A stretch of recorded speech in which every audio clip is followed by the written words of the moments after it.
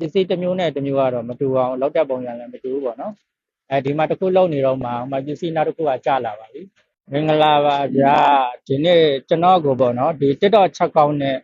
Messenger တွေမှာကိုရီးယားမှာစာချူးလုပ်ငန်းဆိုတာဘာကိုပြောတာလဲဘာတွေလောက်ရလဲဆိုပြီးမေးထားတဲ့ညီကိုတွေအတွက်ကျွန်တော်ဒီနေ့ရိုက်ပြပေးပါမယ်ခင်ဗျာဒီဆက်ကတော့ဒီနေ့ကျွန်တော်လောက်ရတဲ့ဆက်ပေါ့နော်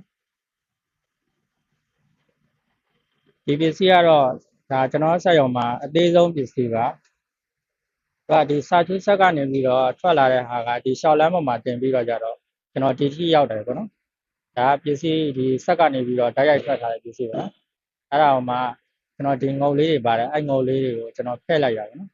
ဖဲ့ပြီးတော့လို့ရှိရင်ဒီအနေထားဖြစ်သွားပြီပေါ့နော်အနေထားဖြစ်သွားရင်ကျွန်တော်ဒီမှာပိုနေရာလေးရှိတယ်အဲ့ဒါလေးကိုမှကျွန်တော်ဓာတ်နဲ့ပေါ့နော်ဒီဓာတ်လေးနဲ့ညီသွားအောင်လို့တိတယ်တိပြီးတာနဲ့ကျွန်တော်တို့ဒီအပေါ်လေးပေါ့နော်ဒီအပေါ်မှာကျွန်တော်ဒီတိတ်အဝါလေးနဲ့ကတ်ပြီးတော့ကြတော့ဟိုဘက်ဒီဘက်ဒီညီသွားအောင်လို့ကျွန်တော်တို့ဓာတ်နဲ့တိပြီးရတဲ့ဒီနောက်မှာပစ္စည်းထည့်တဲ့ပုံးတွေရှိတယ်ပေါ့နော်ဒီလိုမျိုးစီထည့်ပေးရတာပါဒါကကျွန်တော်လောက်ထားတဲ့ပစ္စည်းတွေပေါ့နော်ဒီတပုံးကိုခုရေ240ထည့်ရတာပါဒီပစ္စည်းတွေကကျွန်တော်တခြားစက်ရုံကနေပြီးတော့လာပြီးတော့ဒီကချိုင်းနဲ့လာတည်သွားတာပေါ့နော်ဒီပစ္စည်းတွေကကျွန်တော်တို့စက်ရုံကထုတ်တဲ့ပစ္စည်းတွေဖြစ်ပါတယ်ကျွန်တော်တို့ဒီပစ္စည်းကဘယ်လိုထုတ်လဲဆိုတော့အပေါ်ဓာတ်ကနေပြီးတော့ကော်စည်းကျလာတယ်ပြီးရင်ကော်စည်းကနေပြီးတော့ဒီဆက်ထဲကိုရောက်သွားတယ်ပေါ့နော်ဆက်ထဲရောက်သွားတဲ့အခါမှာကော်စည်းကအရေးပျော်သွားတယ်ဗျာအရေးပျော်သွားတဲ့အခါမှာဒီပျော်ထားတဲ့ကော်ရီကိုကျွန်တော်ဒီ pressure နဲ့ဒီအရှိမှမိုးရှိတယ်ပေါ့နော်အဲ့မိုးတဲ့ကို pressure နဲ့ကျွန်တော်တို့သွင်းလိုက်တယ်သွင်းပြီးတော့ဒီပုံစံကွက်မိုးနဲ့သူရေဘူးရေအေးစနစ်နဲ့သွားလဲလိုက်တယ်နော်လဲပြီးတာနဲ့ကျွန်တော်တို့ဒီသူ့အချိန်ကိုက်ရောက်သွားလို့ရှိရင်ပစ္စည်းကဒီလိုပုံစံဖြစ်သွားတာပေါ့နော်ဒီပစ္စည်းထုတ်တဲ့စက်တွေကတော့အားလုံးနှီးပါတော့အတူတူပါပဲဒီကောအမျိုးအစားနည်းနည်းပါးပါးပဲကွာတယ်ဒီပစ္စည်းအမျိုးအစားကွာတယ်ပုံစံကွာတယ်ပေါ့နော်ပစ္စည်းထုတ်တဲ့စက်တွေအားလုံးကတော့ဒီပုံစံတွေပါပဲခင်ဗျာကျွန်တော်စက်ကနေပြီးတော့ကြာလာတဲ့ပစ္စည်းကိုဒီမှာလောက်တဲ့လူကပေါက်ယူလိုက်တယ်ယူပြီးတော့ကြတော့အမှငုတ်လေးတွေပါတယ်ပေါ့နော်ငုတ်လေးတွေကိုဖြတ်ပလိုက်အောင်နဲ့ဖြတ်တယ်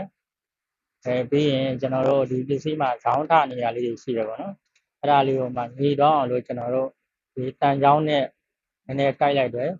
ပြီးရင်ကျွန်တော်ပိုနေတဲ့ငုတ်ဒီပစ္စည်းခေါ်သားပိုနေတဲ့ဟာကိုဓာတ်နဲ့ညီအောင်လို့ညှိတယ်ပြီးရင်ကျွန်တော်အလဲမှာကကြီးနဲ့ဖြည့်ရတဲ့ငုတ်လေးတွေလည်းပါတယ်ပေါ့နော်ပစ္စည်းတစ်မျိုးနဲ့တစ်မျိုးကတော့မတူအောင်လောက်တဲ့ပုံစံလည်းမတူဘူးပေါ့နော်ဒီမှာတစ်ခုလုံနေတော့မှပစ္စည်းနောက်တစ်ခုကကျလာပါပြီအဲ့ဒါကိုမှဒီတရက်ကိုအခုရေ900ကျော်600လောက်ထွက်တယ်ပေါ့နော်အဲ့ဒါကို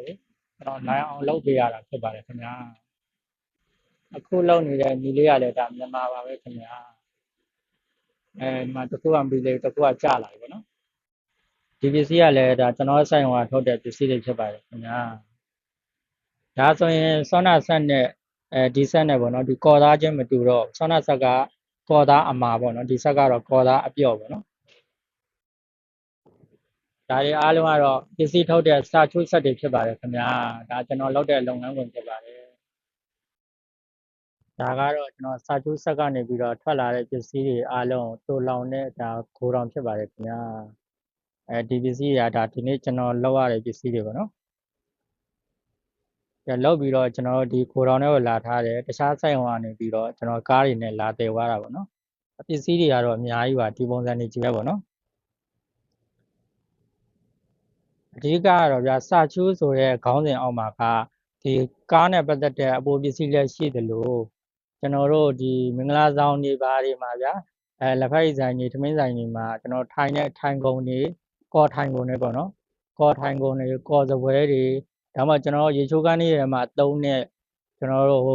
ကော်ဘုံကြီးတွေပေါ့နော်အဲ့ဒါတွေအားလုံးကိုကျွန်တော်တို့စက်နဲ့အော်တိုထုတ်တဲ့ဟာကိုကျွန်တော်တို့စာချူးလုပ်ငန်းဆိုတဲ့ခေါင်းစဉ်အောက်မှာ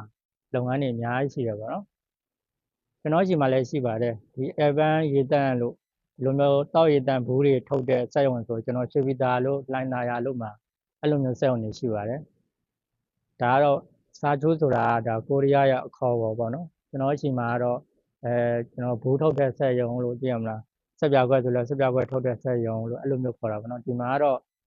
အခုလိုမျိုးဒီပေါ်နဲ့ပတ်သက်တဲ့စက်နဲ့ထုတ်တဲ့လုပ်ငန်းတွေအားလုံးကိုခြုံပြီးတော့ကျွန်တော်စာချိုးလုပ်ငန်းဆိုပြီးတော့ခေါ်လိုက်တာပေါ့နော်စာချိုးလုပ်ငန်းဆိုတဲ့ခေါင်းစဉ်အောက်မှာလုပ်ငန်းတွေကမတူတာတွေအများကြီးရှိပါတယ်ခင်ဗျာဒီလောက်ဆိုရင်တော့စာချိုးလုပ်ငန်းဆိုတာဘယ်လိုလုပ်ရလဲဆိုတာသိလိုက်ပါပြီခင်ဗျာကျွန်တော်ကတော့ခေတ္တကိုရီးယားရောက်ရှိနေတဲ့ချိုးသူမြင့်နေဖြစ်ပါတယ်အားလုံးကျေးဇူးတင်ပါတယ်ခင်ဗျာ